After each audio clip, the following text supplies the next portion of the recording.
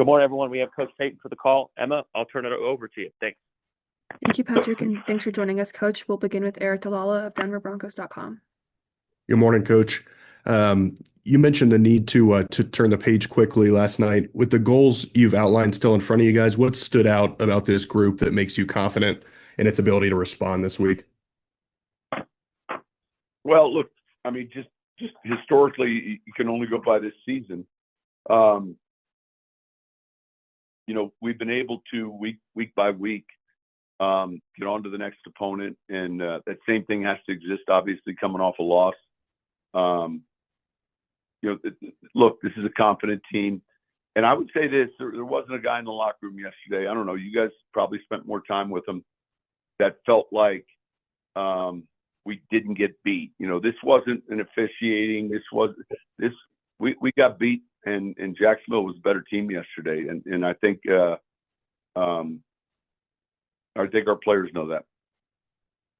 Mike Kliss, 9 News. Yes, Sean, this is kind of the second year in a row where your defense is starting to fade a little bit. I was wondering if there's anything you can. Mike, I don't buy it. I mean, you can listen. Our defense played pretty well last week, so you look for those trends, and I think our defense has been outstanding this year. They played a good offense yesterday, and look, they struggled. We didn't play well yesterday defensively, but certainly the week before against a good offense, we played well and had a big win. So I don't see it. Luca Evans, The Denver Post. Hey, Sean. It seemed like just kind of throughout the week, obviously Jacksonville is kind of, the underdog narrative. But it seemed like they took a little bit, Liam Cohen, of bulletin board material from the smaller market comments. Did you see that? What did you make of just kind of their attitude and response? Well, you asked me if I saw it. You heard it. You were there. What'd you think? No, I'm asking you about. No, you were there for the press conference. Wednesday's press conference. Basically, yours on.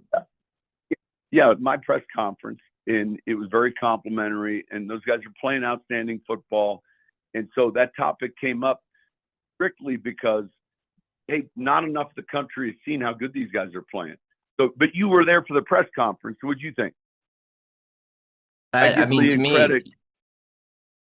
Well, the point is, though, listen, that was a good job by Liam.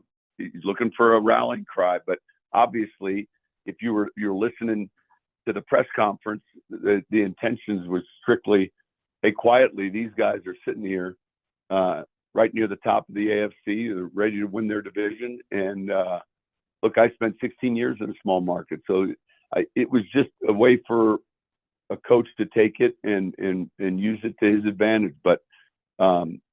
But you were there for the press conference. Brandon Cristal, Guerrero Sports. Hey, Sean, curious because you touched on third down, obviously on both sides of the ball, but specifically on offense, I guess what's the key to kind of, getting back on track there and I guess just more offensive consistency going forward?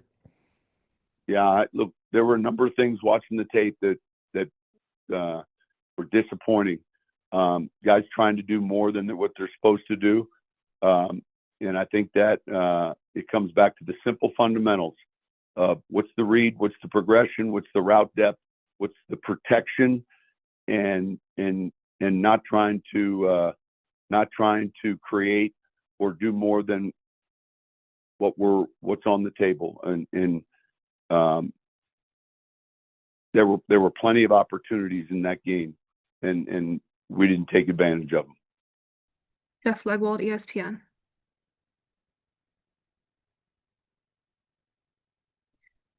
My bad. I still can't handle mute. Sean, did you get a chance to speak to Pat Bryant and see him last night? No, I didn't see him last night. He was checked out last night, fortunately, he and his mother. I will see him this morning. Coach, that appears to be all the questions we have for you today. Thanks for joining us.